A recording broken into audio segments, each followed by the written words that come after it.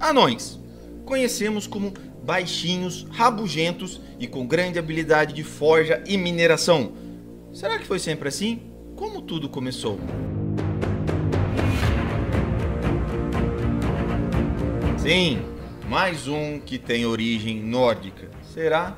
Bom, eu sou o Vitor Tomazella, este aqui é o Rolando Iniciativa e nós estamos aqui para simplificar RPG para você e trazer umas histórias de origem. Anões, em português, que é uma palavra derivada do latim, que vem de nanos, pequeno, em inglês, dwarf, que é originário de dwerg, do inglês antigo, que é originário descendente de divger, que é do nórdico antigo. Este nome vocês já devem ter ouvido falar, uma pronúncia próxima a ele.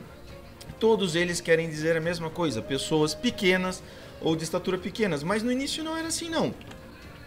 Os anões têm os seus relatos do seu conto, primeiro contado no poema Edda, do século XIII, lá por 1200 e alguma coisa. A origem dos anões ali se dá no conto de Voluspa, acho que é assim que eu não falo nórdico antigo, né? Mas de Voluspa. E nessa época, os anões que eram originários de Brimir e Blaine eram criaturas pequenas ou não tão pequenas, mas esquisitas, meio recurvadas, que viviam nas sombras, né, no submundo, no reino desses gigantes.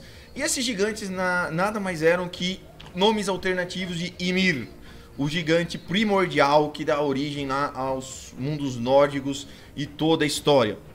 No entanto, já na prosa de Edda, que é alguns anos depois, quase contemporâneo, mas um pouco depois, os anões eram descritos como sendo seres de larva. Eram larvas que se alimentavam da carne de Ymir e depois foram abençoados com consciência e racionalidade pelos deuses. Entre o poema Edda e a prosa de Edda existem mais de 100 nomes de anões citados lá, e aqui a título de curiosidade, que eu não vou falar eles, estão nomes de anões. Porém, 4 nomes são muito curiosos, que são os anões, que na realidade eles se chamavam anões, mas como vocês podem ver, eles não tinham estatura tão baixa assim.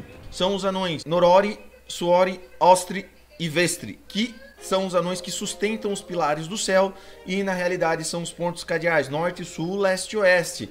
Então eles explicavam os pontos cardeais, sendo os anões quem sustentavam essas coisas. Então uma parte dos anões eram esses seres de sustento. Adicionalmente, estudiosos perceberam, relendo o poema e a prosa de Edda, que Svaftar era esse ser aqui, nada mais é do que o nórdico antigo para elfos negros, olha, e eram tidos aparentemente como sendo a mesma coisa que anões. Eles viviam no reino de Svartalfheim, que eram do reino das trevas, dos elfos e desses anões. E aqui tem uma pintura referente da época, onde o anão, essa coisinha aqui, isso é um elfo negro. Então, elfos negros e anões eram a mesma coisa nessa época, cara. Tem origem, como temos nas origens do elfo. Se você não viu, dá uma olhada no card que eu conto a origem dos elfos. E a origem dos anões é basicamente a mesma. A habilidade de forja dos anões já era conhecida e muito acentuada, sendo eles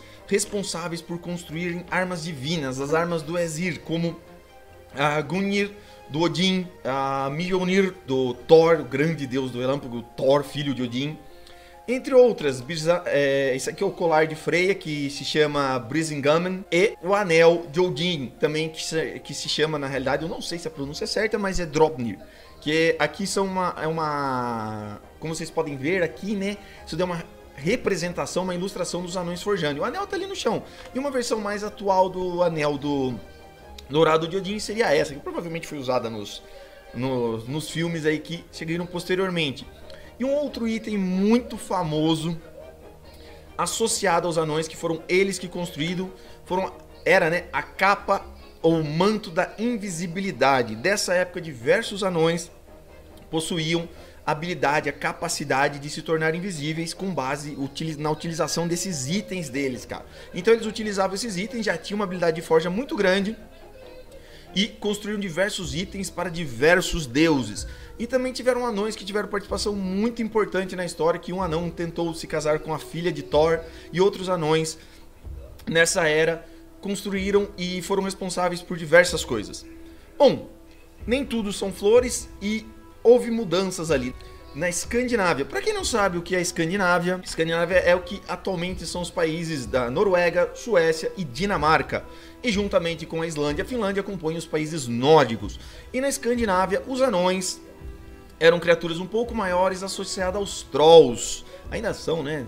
Tem essas lendas ali. Aos trolls e até aquela habilidade, se vocês pegaram algum conto nórdico, de virar pedra quando expostos ao sol. Por isso eles viviam em locais de profundezas, embaixo de montanhas, sob a terra. Na Escandinávia eles também eram um tipo de fada. Na realidade, todas as criaturas místicas, elfos, anões e as outras derivadas, goblins, eram tudo tipos de fada que foram sendo aprimoradas ao longo da história, ganhando características próprias, se diferenciando das fadas que nós conhecemos. O cristianismo chegou na Europa, né, para substituir a cultura nórdica. E mesmo depois do cristianismo chegar, o conto sobre os anões não parou, eles continuaram. E apesar de nos textos antigos nórdicos não ter menção direta de que os anões eram criaturas pequenas, nos contos lendários e épicos que surgiram após o cristianismo, eles são. Inclusive nos contos do cristianismo há relatos, há contos, né, de que os anões possuíam propriedades curativas, além da mastria e forja. E um pesquisador, Anatoly Lieberman, que ele é especialista na cultura nórdica, ele acredita que vem da introdução do cristianismo o fato dos anões serem pequenos ali. O fato é que nos folclores os anões são sempre descritos como pessoas velhas, mesmo sendo novos, mas como pessoas velhas com grandes barbas, e raramente anãs são vistas, tanto que anãs são uma criação mais recente, né? E aí nós temos o nosso anão padrão, que atualmente é utilizado em diversos contos fantásticos e RPGs e sistemas diversos. Todos que se originaram vêm depois do cristianismo ter modificado um pouco esses anões. Dependendo da história, eles poderiam ser amigáveis ou não para com os humanos, tá? Não sempre, eles eram bem rancorosos e bem gananciosos, isso sempre foram. Os mais famosos anões da história, mesmo depois disso, né, a importância deles nos contos atuais, eu acho que todo mundo já viu. São os nossos queridos 7 anões, o Atim, Dengozo, Dunga, Feliz, Mestre, Soneca e Zangado, que são originários dos contos dos irmãos Grimm, adaptados pelo Walt Disney, o nosso Walt Disney lá, que trouxe-os até nós. Apesar desses serem os anões mais famosos, que eram todos pequenininhos mesmo, diminutos, tipo gnomos de jardim, que tem até uma certa origem em comum, os anões mais comuns que nós utilizamos hoje são baseados nas obras do John Ronald. Quem que é esse, gente? Nosso famosíssimo J.R.R. Tolkien, que modificou os anões baseados nas obras anteriores com intensa pesquisa que ele fez. E ele distanciou extremamente os anões dos elfos, que se vocês lembrarem ali que eu falei que o Svalfaldr eram os elfos negros que eram considerados anões. Ele transformou os anões no que são e os elfos no que nós conhecemos agora. E aqui tem o nosso exemplo. E se você ficou curioso, né, de qual é o nome do Tolkien?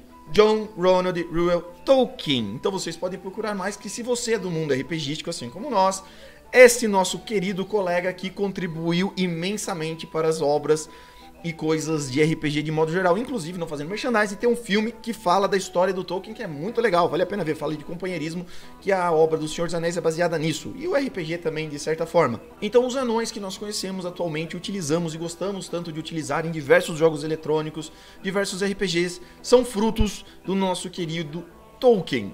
No entanto, Dungeons & Dragons fez um aproveitamento, que ele pegou de sua origem, aproveitando as obras de Tolkien.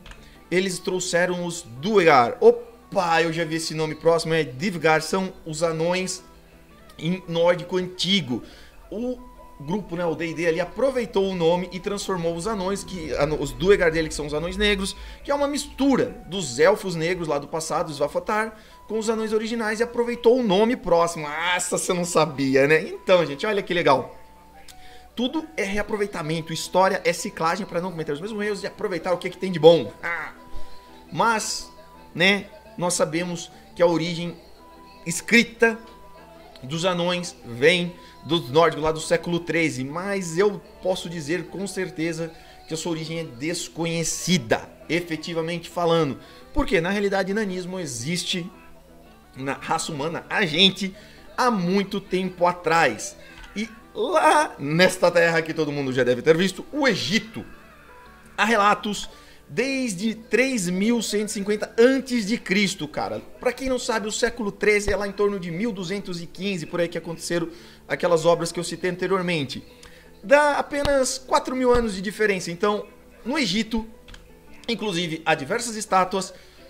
Anões, gnomos e pigmeus já eram seres relacionados com misticismos e eram reais, porque eram pessoas com nanismo, e eles tinham grande habilidade com forja. Por quê? Nesta época eram os afazeres que eles conduziam: joalheria, costureiro, copeiros, cuidadores de animais e forja. Então, na realidade, a origem dos anões mais antiga relatada que tem é egípcia. Ah, por essa você não esperava, né? Muito louco. Mas para o RPG e para os contos que nós utilizamos atualmente, a sua origem se dá na mitologia nórdica. Essa foi a história de origem dos anões. Bem sucinta, bem direcionada, trazendo com certeza coisas que vocês não ouviram, porque eu também, antes de pesquisar, não fazia nem ideia disso, principalmente a sua origem real, mais antiga, relatada. E se você gostou dessa história de origem desse vídeo, se inscreve aí no canal, liga o sininho, dá um like, comenta aí o que história de origem você quer ver de próximo, qual vídeo você deseja ver de próximo, que nós faremos o possível para trazer para vocês. Que os dados estejam com vocês e até a próxima sessão.